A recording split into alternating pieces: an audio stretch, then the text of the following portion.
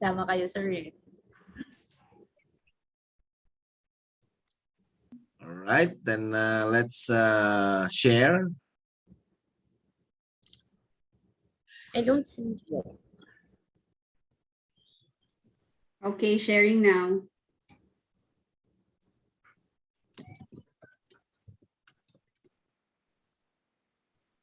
Can you let me know when to share my screen, please, Sheila? Yes, definitely. So after VP Mia introduce you, you can begin your screen sharing. Or let's give it another few minutes for the viewers to come in. Maybe we can talk about the personal life of Sam for the first 10 minutes. Are we streaming? Yes, we are.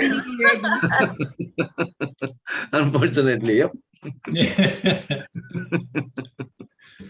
I'll just go through my bank account details and mother's maiden name, first time. I think they'll be interested to know if you're married. Right, then let's. I think they'll be interested to know if you're married. Well, echo. Akin yan, akin. Sorry. I'm trying to share the event. Sam has 2 young boys, very cute boys. Wow.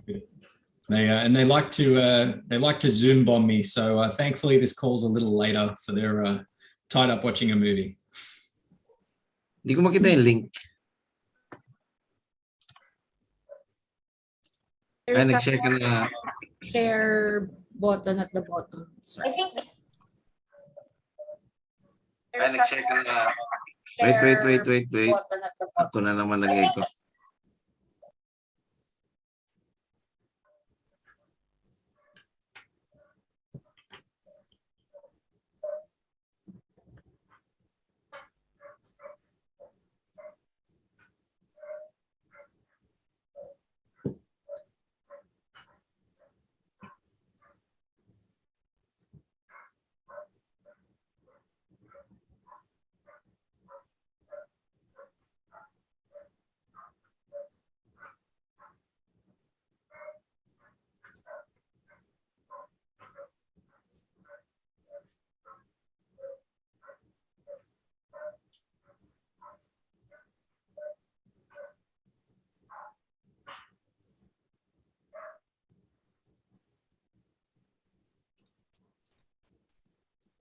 All right. Yes. Mia. Let's Yes, good afternoon and magandang hapon mga ka-Peaks Pro. It's a lovely Friday and I'm pleased to be the co-host of VP Mia today. I know you're all missing VP Alex. I think he's busy doing his husband duties right now. Although I think he will be tuning in with us a little later. Okay, so a very exciting topic once again we have for you, and especially close to my heart because our guest speaker is no other than my manager. He will be introduced by VP Mia shortly. And then before I proceed in sharing our topic for today, I'd like to say hello to all of you and introduce our chairman, Mr. Angel Redoble. Sir Angel. Sheila. All right. So without any further ado, let me share about what is our Kwentuhang topic for today. As our previous guest briefly touched on, is an area of third-party risk management. We've all heard classic examples such as the SolarWinds breach and the Colonial Pipeline, in the news in the recent months. So for today, our topic is you can outsource business, but not business risk. So VP Mia, can you introduce our guest speaker? Yes, thank you, VP Sheila. Good afternoon, everyone. It's Friday once again, and we're happy to meet Sam. We have today Mr. Sam O'Brien.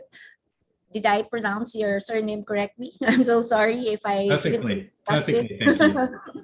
Yes. So Sam, over the last 20 years, has been helping organizations meet and exceed their risk and security goals. He began his career as a security practitioner, and then before moving into consulting and then on to risk technology. It's actually a an interesting career. And then for the last 11 years, Sam has worked with RSA and Archer, supporting their customers and partners around Asia Pac and driving business growth, working across major industries such as FSI, government, resources, manufacturing, and telco. Sam is now Vice President for Sales and Go-to-Market of Archer IRM, leading their business across Asia Pac and taking pride in the role that Archer's solutions play in solving some of today's biggest risk challenges. So let's hear it from Sam. Sam, you may start sharing your screen. And while you're doing that, I'd like to greet some of our friends who are joining us today. Our friend Jules, good afternoon. Hi, Jules. We also have Kirzine. Of course, we have 7 Hosting PH. We hope to know your real name someday. Hi, Mike, Angelo. And we also have AJ, Frederick, and Lorenzo. Good afternoon, everyone. Sam, over to you. Wonderful. VP Mia, thank you for such a warm welcome. VP Sheila as well. And so Angel, it's wonderful to be here this afternoon. Happy Friday, everybody. I hope you're all planning for a nice weekend. I'm really proud and humbled to have an opportunity to share with you for a little bit some of my experiences in third-party risk management. It's an important and very closely related topic to cybersecurity, in fact, fundamentally intertwined. So thank you for the opportunity to share this session. You can outsource business risk, but you can't, you can outsource business, but you can't outsource business risk. It's going to be a crash course in third-party risk management. We've got about 15 minutes. I'm going to share some ideas around the challenges, why it's important, but also some practical steps that you guys can take back to your organizations to actually drive some positive change in your third-party risk program. So with that in mind, let's kick off. Let's start with a big question. What is third-party risk? Well, I'm not actually going to answer that one straight away. We're going to ask a smaller question and we'll build up to the bigger one. But what is a third party? We all work with third parties in our personal lives and our professional lives. There are companies that handle our data, whether we're Facebook users or Twitter users, and the same goes for the companies that we work for. They have service providers that handle their data, that take on their services, and the roles of those organizations are evolving very, very rapidly. Here's a logo I'm sure many of you all recognize. And I think it speaks well to the evolution of the role that third parties play. Now, 10 years ago, most companies would not have thought of Amazon as a third party unless you were into e-commerce and you were using their platform. 10 years ago, Amazon was really just the company that flooded the mailroom and reception with packages around Christmas and other holidays for staff that were receiving gifts or ordering things online. But of course, you fast forward to today and Amazon is seen as a major and integral service provider for many, many organizations because of the private and public cloud capabilities they provide with AWS. So there's been a huge shift there.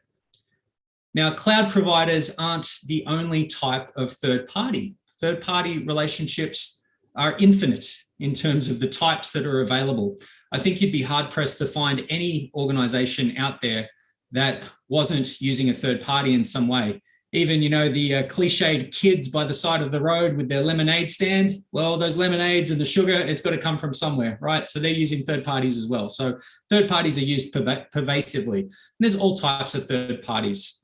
Could be security guards, could be a landlord, could be your JV partner. It could be a courier that you use to get your goods out or your components across the city. Could be the consulting firm that comes in to give you advice. There are so many different types of third parties, it's not even funny.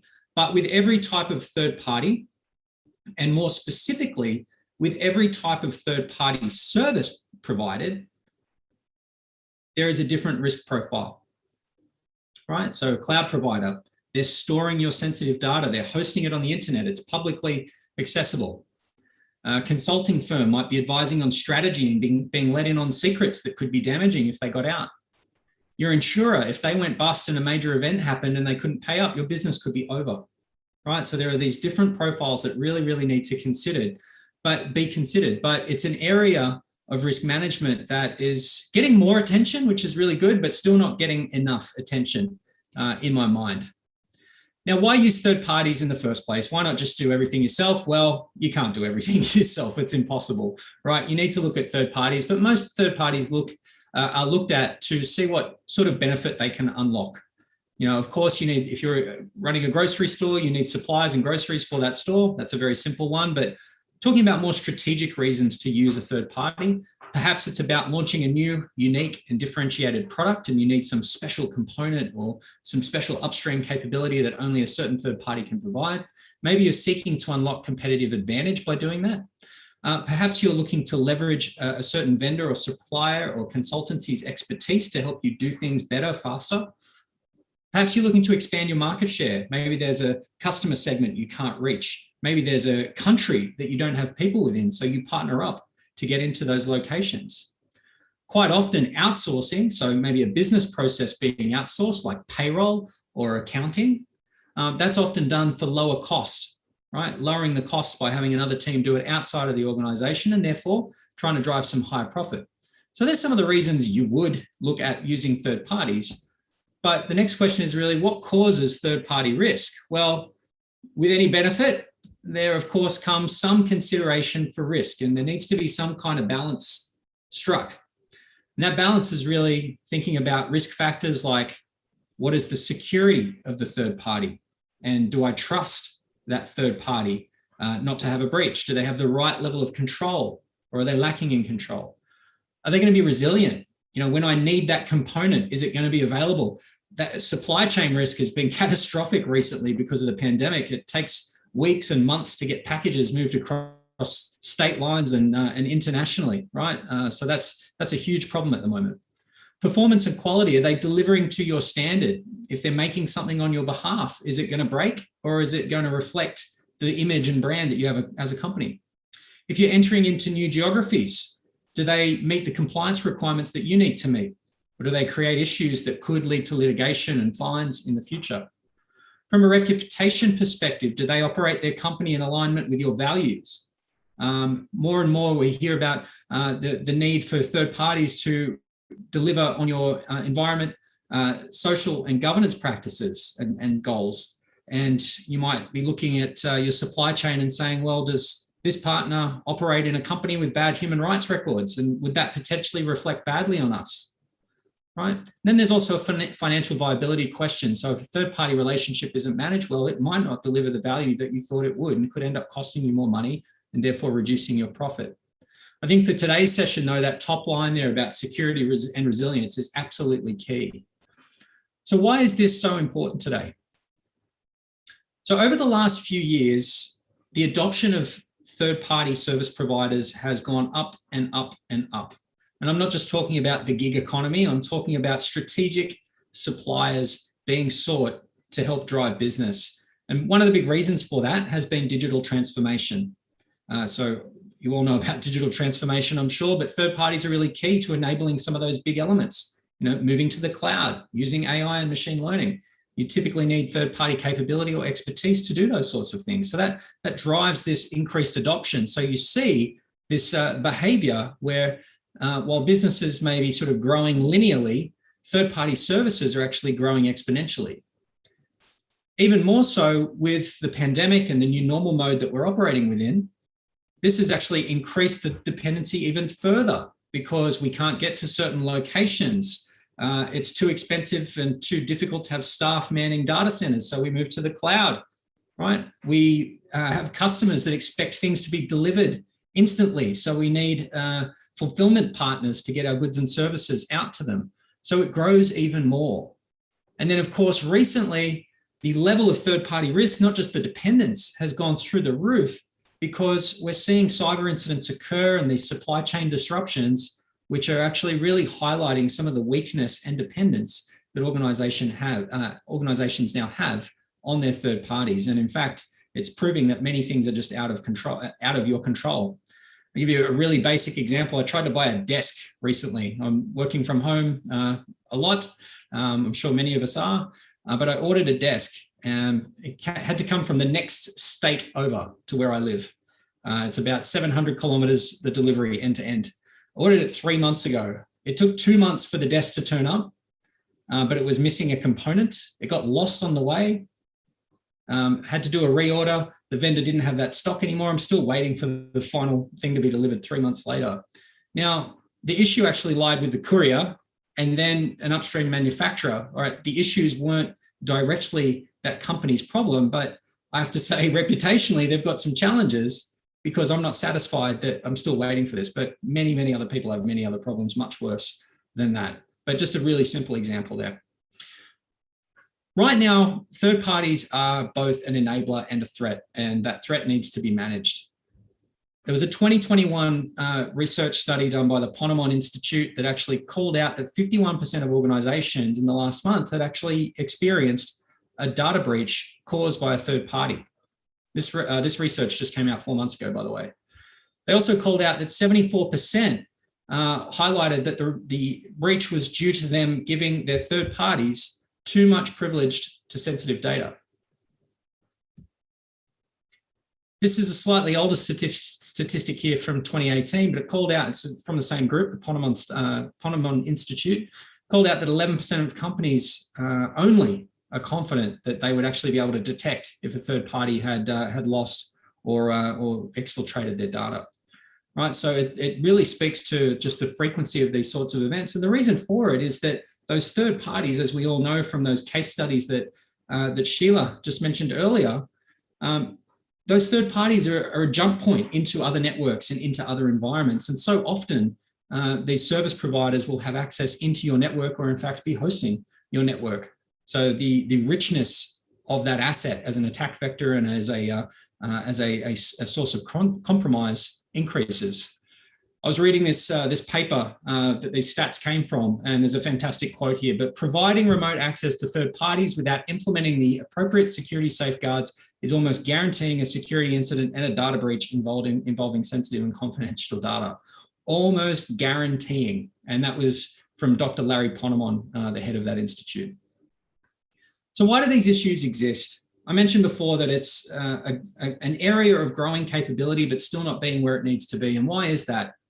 Well, if you imagine this simple box on screen as your security and risk universe, so all of the security issues, all of the risks that could eventuate. When a lot of companies look at that universe, they're really only considering their own products and services and their own enterprise within the four walls that it operates. When in fact, they also need to be considering the third-party ecosystem that supports their business, because all of those tendrils in that ecosystem could be avenues of attack or avenues of compromise in some way. Now, why does this occur? Well, I've worked as a consultant in the past. I know that quite often when organizations are setting up their risk and security framework, they start with a scope in mind. And quite often there's some pullback on that scope. So imagine this scope is now directly linked with that risk universe that we just talked about. You know, quite often they might say, oh, well, we're not going to take a look at the outsourced operations because it's another company that does that. So we'll take that out of scope. And we're not going to look at that supplier of those critical components because we've got SLAs in place and we trust them. And we're not going to look at the cloud providers because we've got a contract and they're ISO 27001 certified and this and that and the other, right? What does this do?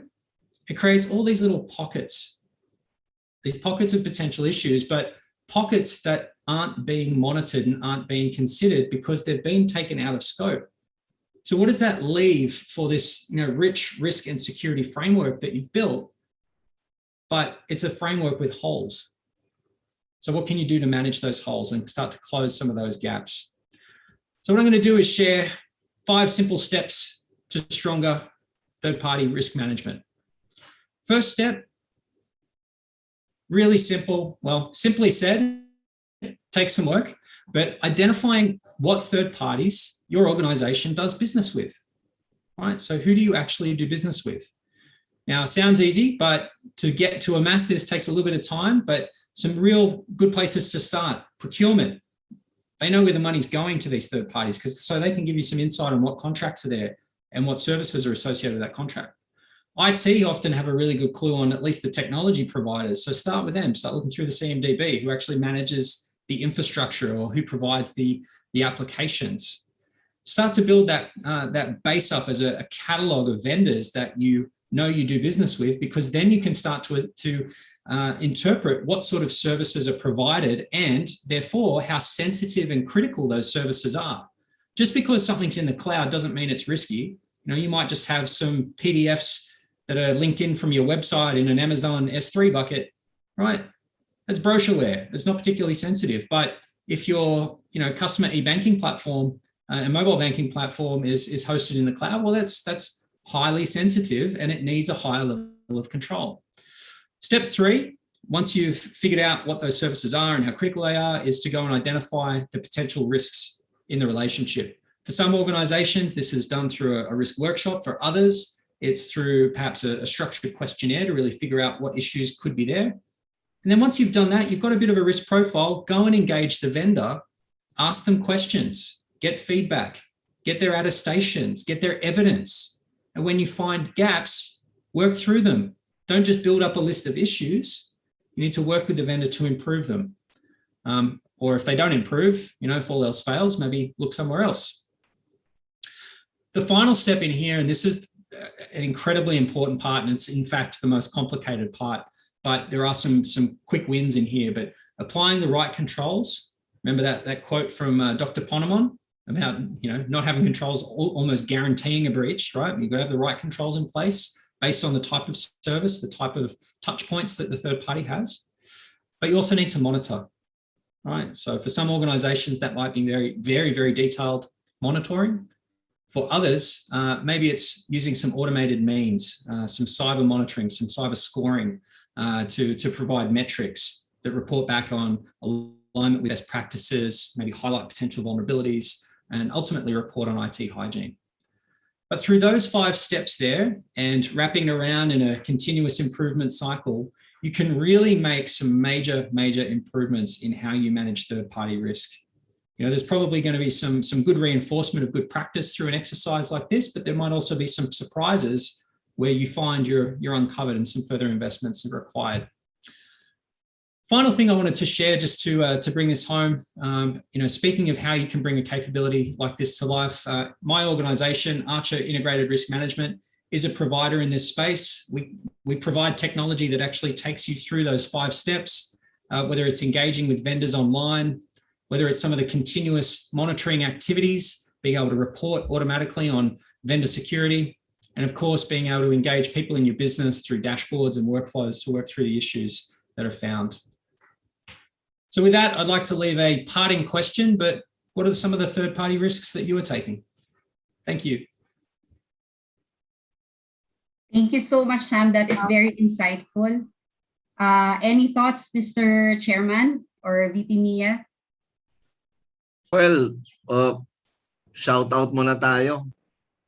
Okay. Bago natin sagutin. Ay, sorry Sam, no? I said before I say something, let's greet our friends Alf, Reese, Rolando, Lorraine, and Miss Joy. Miss Lorraine and Miss Joy. So happy Friday.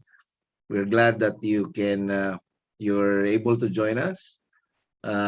Please ask questions or we will ask you questions. But we will give you 2,000 pesos ayuda. How many winners do we have for tonight, VP Sheila? 3? 3, yes, Mr. Chair. We have allocated for 3 winners.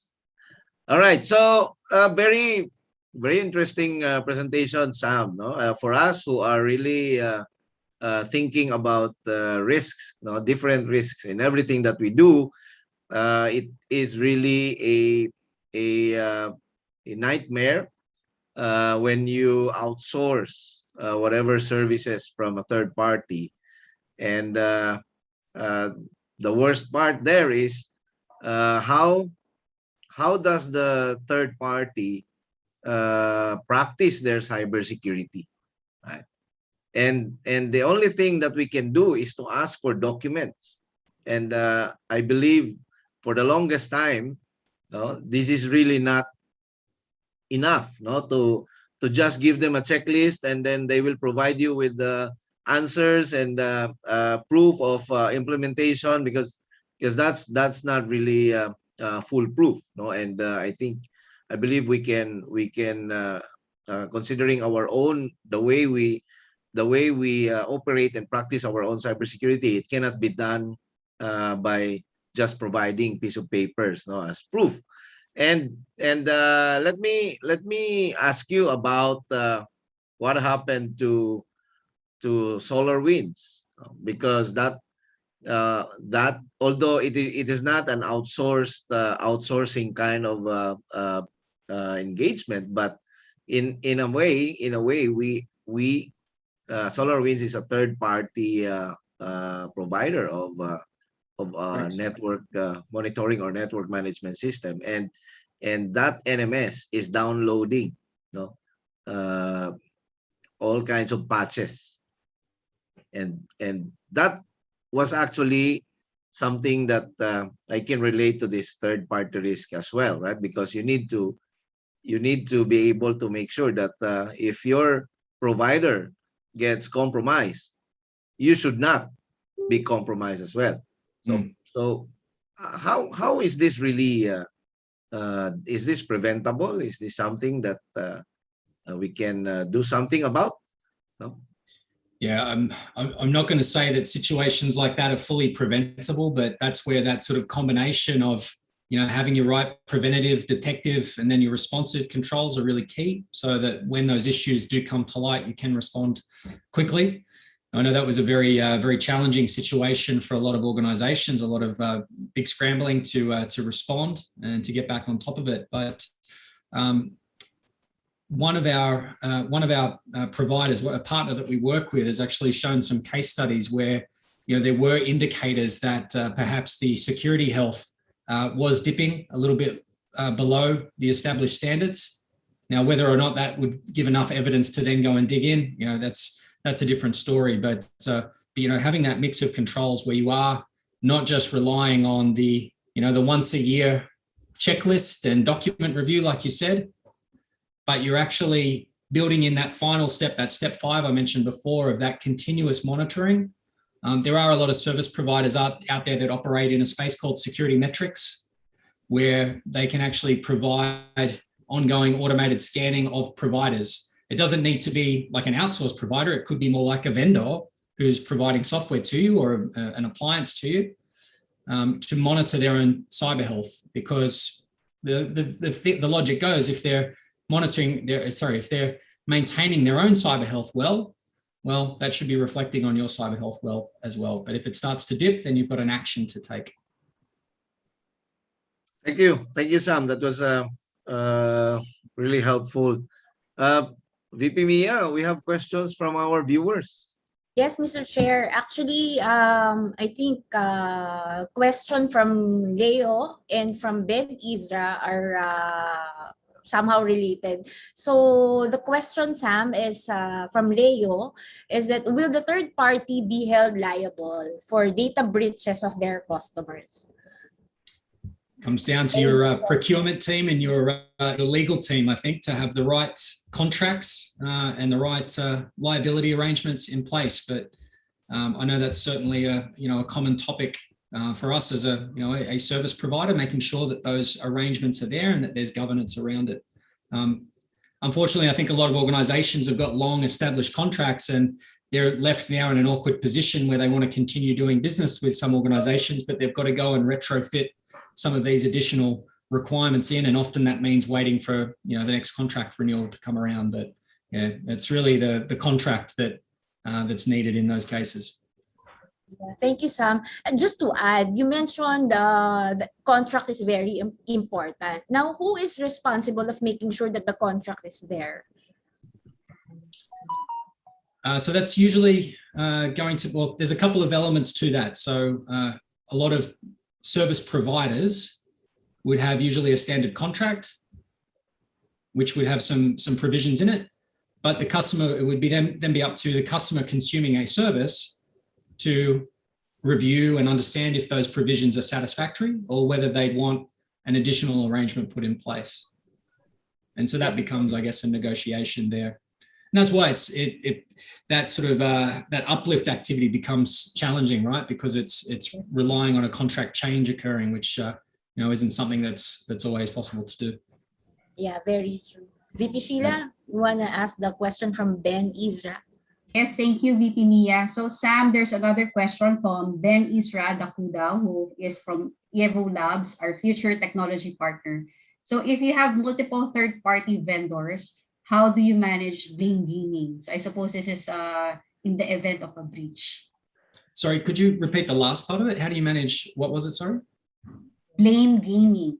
So I guess blaming, which one actually caused the breach or something. Yeah.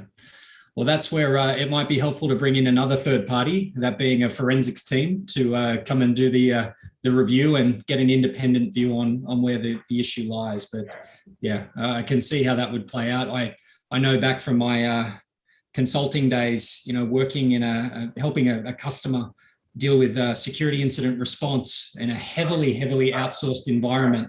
I remember some boardroom conversations and really trying to get one party to acknowledge where the issue lied was very, very difficult. And I actually had to work with the CISO at the time to really get his help to get the party that we suspected was the issue to take the action. Thank you, Sam. Actually, that was just our topic last week about digital forensics. So it's very good example. I'd like to acknowledge the presence of our president, Mr. Ashley Asedillo, who has just joined us. Hi.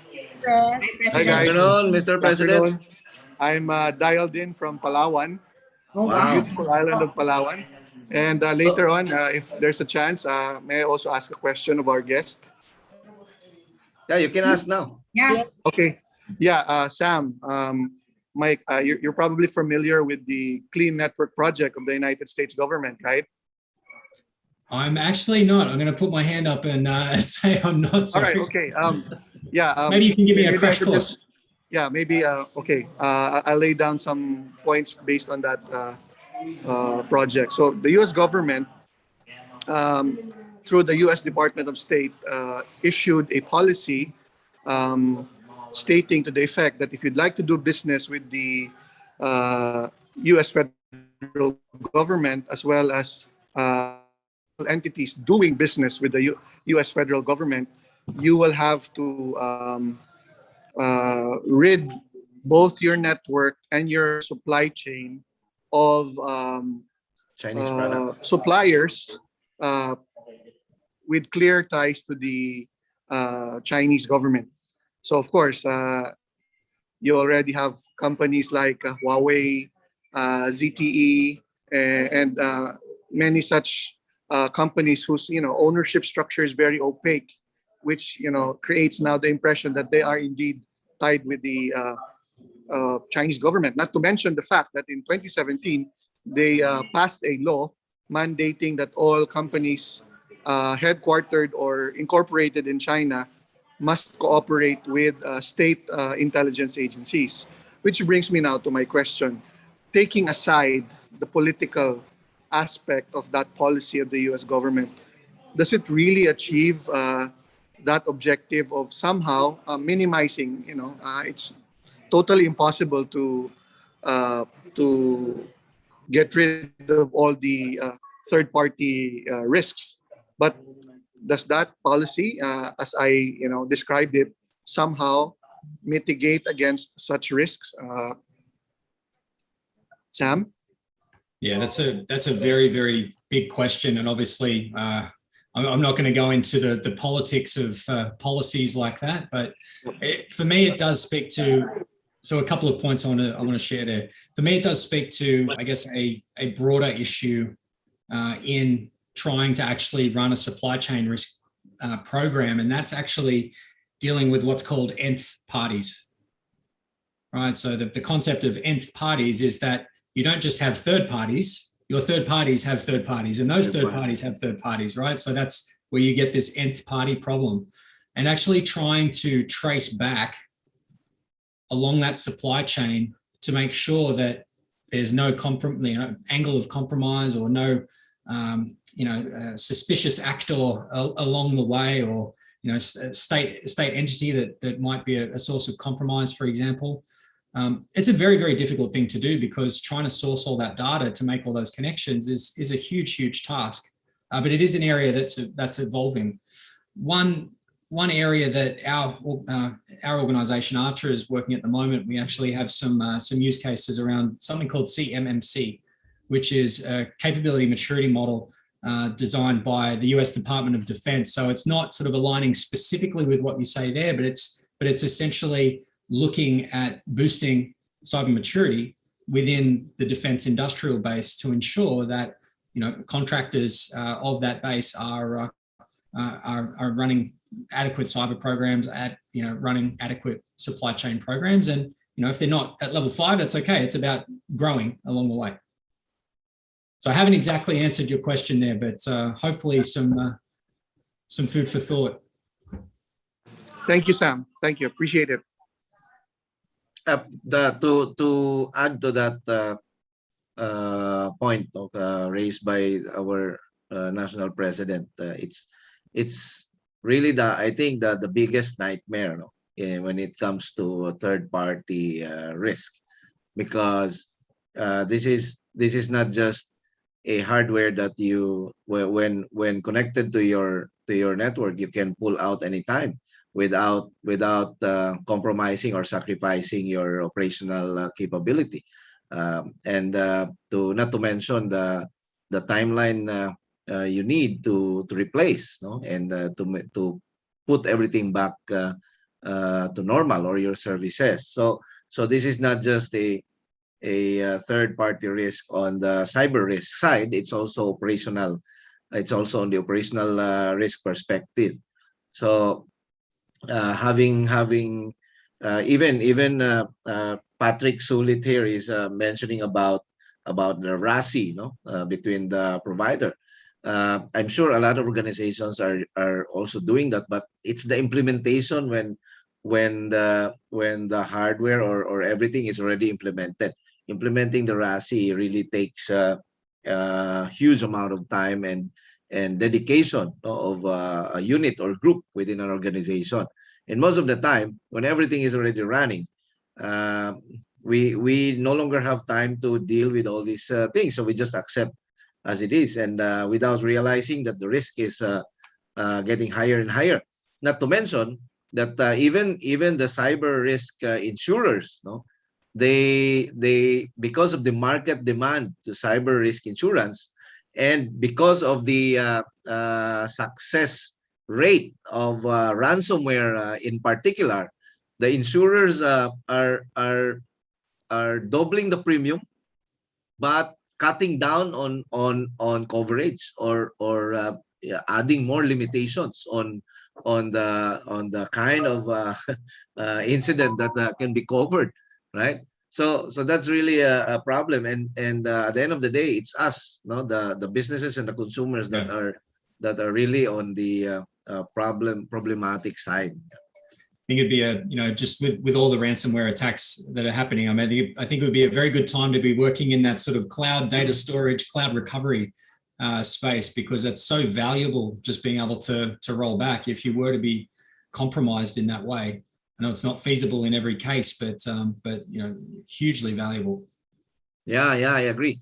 It's also the other point there is even if you have the data backup or storage ready and your data is ready, you're still talking about days, weeks, and even months in recovering. And if you're a service provider, that's really a nightmare. That is going to hurt your business so badly. Yeah. We look at the Colonial Pipeline issue. I mean, the cost of paying the ransom is a fraction of what the actual cost of the event would be. Exactly, right?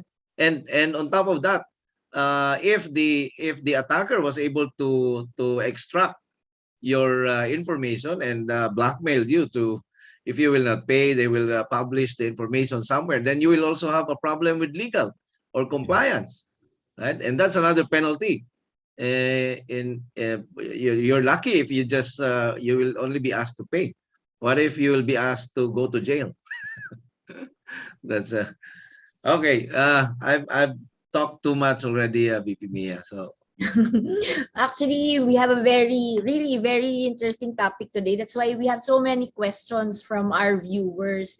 And Sam, this one from AD Castro. I find it very interesting. So any thoughts on MSSP offering risk management and compliance services? So saying, let's say once their service contract ended, then what's the assurance now that all the data that they have are still safe and secure? Okay. So just thinking about that a little bit. So an MSSP provider who's maybe running some risk and compliance activities on behalf of the customer, I think that's the sort of question there. Right. Yeah. Maybe I can assume that. Maybe I can assume that that's what the question's speaking to. Yeah, that's a very good point. You know, so you wouldn't want your data just living on a file share for eternity. So you know, making sure that there's good contractual requirements in place on what happens after the exit of the contract. So, for example, you know, you might have a request to be furnished with a copy of all your data at time of termination, and then there might be a ticking clock effectively to validate that all data's you know, deleted from the service provider at that point. I think that's a fairly common sort of control to deal with that scenario. I think if I may add on that aspect, no, having to work also with consulting firm, it is a must for the provider to secure and protect all the information regardless of its confidentiality or sensitivity that was acquired from the customers, and that information will be secured and protected until the prescribed number of years that is defined in the contract or in the non-disclosure agreement. Like after 3 years, these documents will no longer be considered as confidential or no longer sensitive, right? So in short, even if there will be a breach after 3 years, then the provider will no longer be liable. But it needs to be stipulated in the contract. I mean, what you have, the information we have today may no longer be applicable or may no longer be usable 10 years after, right? Or 3 years after. So depending on the contract. Thank you, Sam and Mr. Chair. So I think the fine print is really the key, in establishing the controls when it comes to 100%. So important. Yeah. All right. So I have another question from Mr. Anton Mondia, or 7 Hosting PH. Some companies that rendered their services, they have SLAs and data privacy policies. But how about on the security side? Yeah. So personally, what I've seen in this space and what I've heard from some customers, again, I keep coming back to the contract here, but you know, there's usually an expectation set contractually around a certain level being achieved from a security perspective. So for some, it may be a certain security standard, maybe one of the ISO standards, for example, or a NIST standard or something along those lines. But then that really becomes the basis of which things are enforced against. There might also be some other ones that state, you know, along the lines of you know, permission to do things like security assessments and then expectations around timelines to responding to vulnerabilities. But yeah, certainly seeing that as being some of the best practice in that space. On top of that, you know, becoming more, I guess, prevalent as a standard measure is that continuous security monitoring that I spoke about before. So, you know, again, it would be another third-party service, but just providing that automated, ongoing profiling of public-facing infrastructure, maybe gathering some intel as well. So maybe, you know, pulling some dark web data or looking at the news for information about potential data breaches, and then being able to sort of roll that up automatically so you get that ongoing view of the security hygiene of the suppliers. And, you know, so Angel, you spoke about the challenge of just having that once a year document review.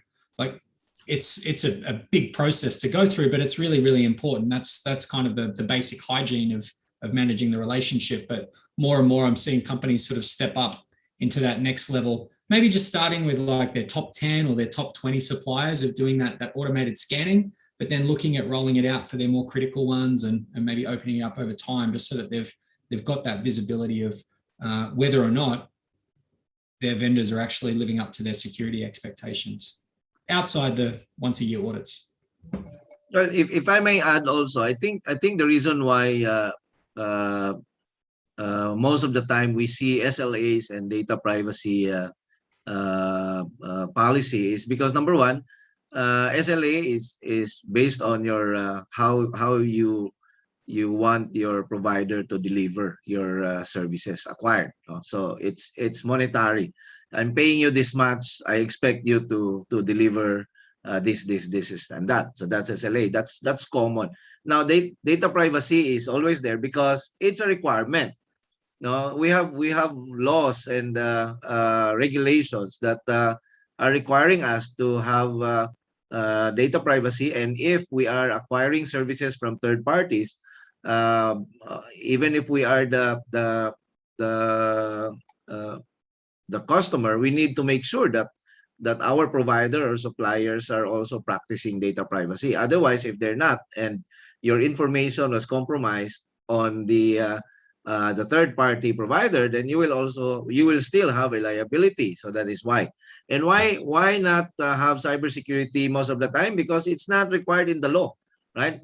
So because it's not required and it's complicated, so very few organizations push for this kind of requirement. In our case, we are in a telco case.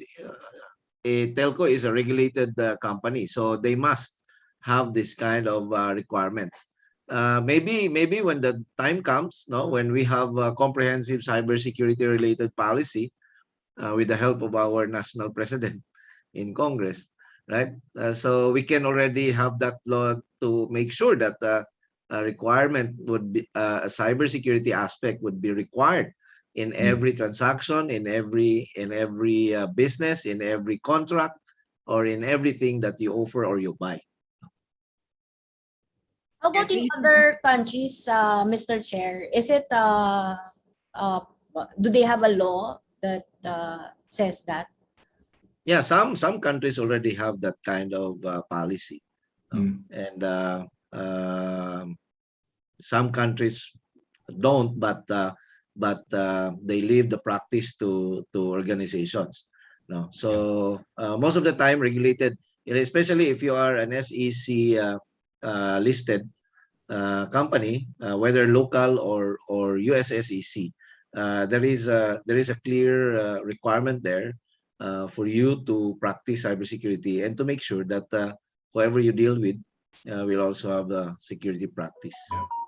Yes, Angel, I was going to mention, the key word that you just mentioned, which was the regulator. So if it's not a requirement of law, more so it's becoming a requirement of the regulator for a certain industry. And now, well, not even now, I mean, over the last many years, that requirement is not just for the organization itself, but it's to actually flow down into its third-party relationships. Yep. In Australia, for example, APRA has a CPS 234, which is one of the guides that's sort of enforcing that behavior in financial services. Right. So, BP Mia, may shout out muna tayo. Sige, sir. Shout out. Actually, While we prepare for our ayuda, or you have still have questions? Actually, Mr. Chair, I want to say hi to VP Alex. He's watching. Hi, VP Alex. And Alex, good afternoon. shout out to 7 Hosting PH. You're from Singapore. Hello. What's the name of 7 Hosting PH? Hindi ko nga alam, Mr. Chair. We should ask him. No? Yeah. Maybe you can share your name to us, your real name. Yeah, his name is Anton Mondia. Oh, you know him, VP Sheila. No, he actually asked Privacy a question. breach. So one of the questions came from him. Okay. I see. Shout out din kay Shanice. Shanice, yes. Shanice, Andrew, and Bibu. Magandang hapon sa inyo. I think we have one more question.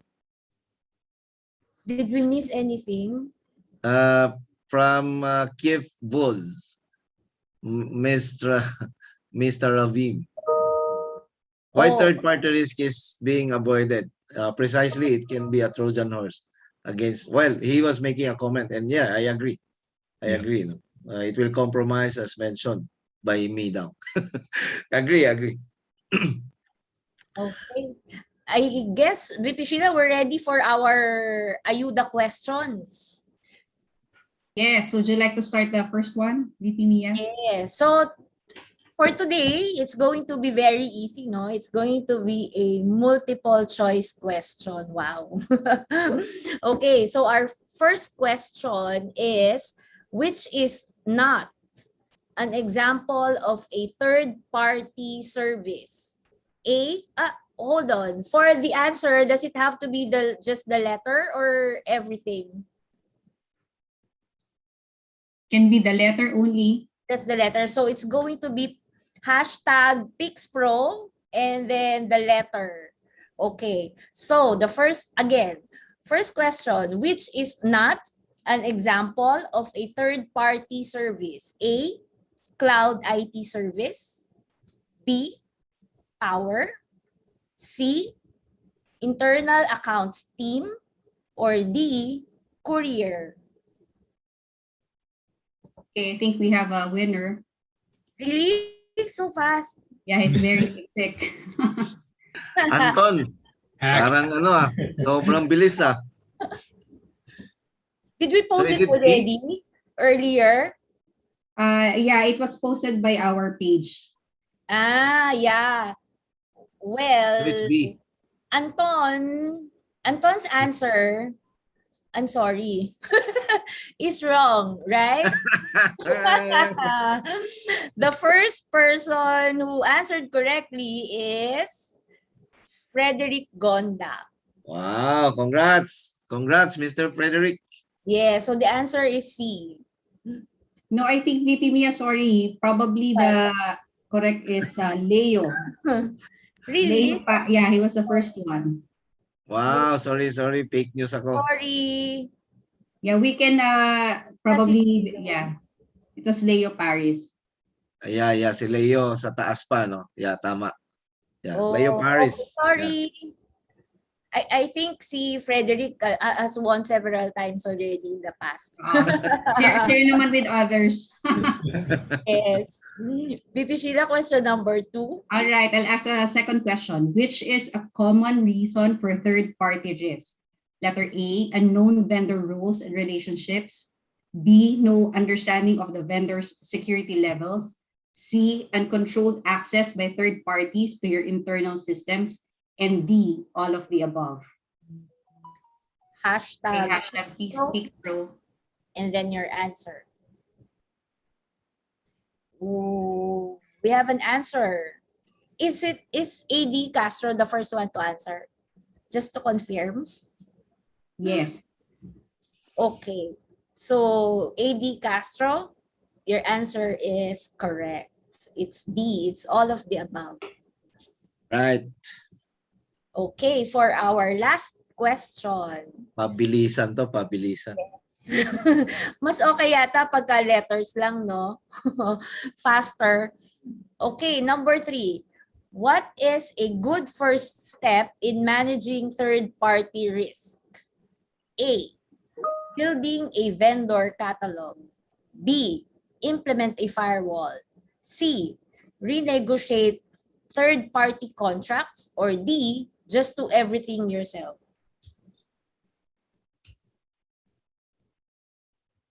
Parang nahirapan sila dito.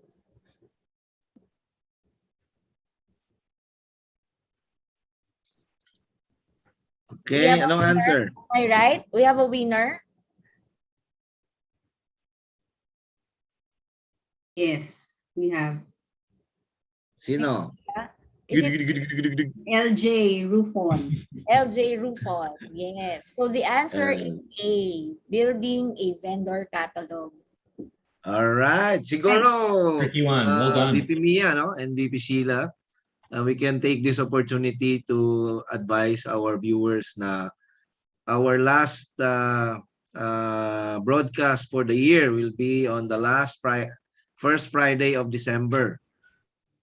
That's December right. 3, I think. Yeah, December Yes. 3. And dahil December, ang ibig sabihin nun, merong maraming paraffol si VP Sheila ng Yes, ating definitely. finance.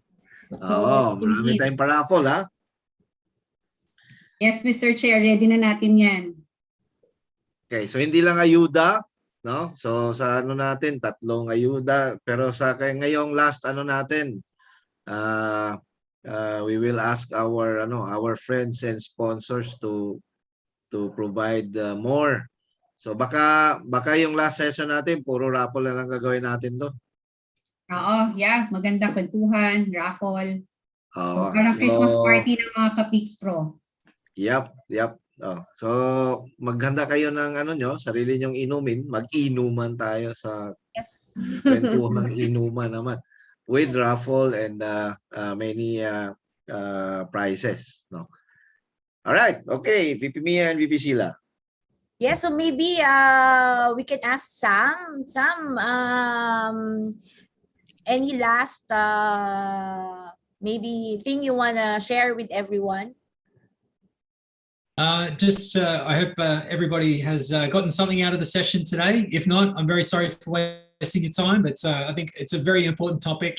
I was trying to share some, takeaways in terms of just some really practical steps. Third-party risk is complicated, but by taking that sort of stepwise approach, you can show incremental value back, incremental reduction of risk, and it is an important journey to be taking because it is, one of the big challenges that we face as cybersecurity professionals. So good luck, everybody. If we at Archer and Arcey can help you in that challenge, please reach out to Sheila. Yes, thank you, Sam. Mr. Chair, any parting words for our audience? Well, first, allow me to thank our speaker, Mr. Sam, Thank you, sir. for that brief but comprehensive presentation. It's a big worry for all of us, and definitely 1 hour is not enough to discuss this problem and this issue. And the issue is growing every day, and we also need to grow and learn faster together with the problem. It's growing. So thank you very much, Sam. Thank you very much to Archer. And to our viewers, mga kakwentuhan, maraming salamat ulit. Every Friday, nagiging addiction na itong Friday sessions natin. So maraming salamat, and see you again next Friday. Thanks, Mr. Chair. How about you, President Ace? Any parting words for our audience? Yeah, just some quick parting words, VP Sheila. First of all, of course, we'd like to thank Sam again, who's dialed in from the land down under. And very welcome. Thank you for the opportunity. Yep, and Sam, we really appreciate the time that you spent with us. Not only that, we also like to thank our viewers, and as a reminder, since this will be our second to the last for the year, we're asking you to tune in again next week. So please help us mark our last telecast next week. We will have another exciting speaker, just as exciting as the session that we had with Sam today. So thank you, Archer, and thank you, VP Sheila, for arranging our talk today. My pleasure, Mr. President. How about you, VP Mia? Any last words for our audience? Yes, well, I just want to thank Sam, and nice to meet you. Maybe for me, VP Sheila, just a realization when Sam was presenting earlier, he mentioned third parties are both an enabler and a threat. But yeah, we tend to forget these things, that these are important as well. So thank you, Sam, for joining us, and VP Sheila, your turn. Yes, okay. So again, thank you, Sam. It's a real pleasure to have you. I know it's already 8 o'clock there. We're very lucky to have you in this session. So for me, like I always say, we always go back to the basics: monitoring, visibility, due diligence. And if all this fails, we have to go back to the fine print. So ensure that your contracts are really detailing all the things that you need from your third parties. So again, ito na po ang last minute natin for the session tonight. Thank you again for everyone. And like we always say in Peaks Pro, happy lang, walang Walang weekend. Alright. Thank you, everyone. Thank you, Sam. Thank you. Thanks all. Take care. Sam, thanks, Sam.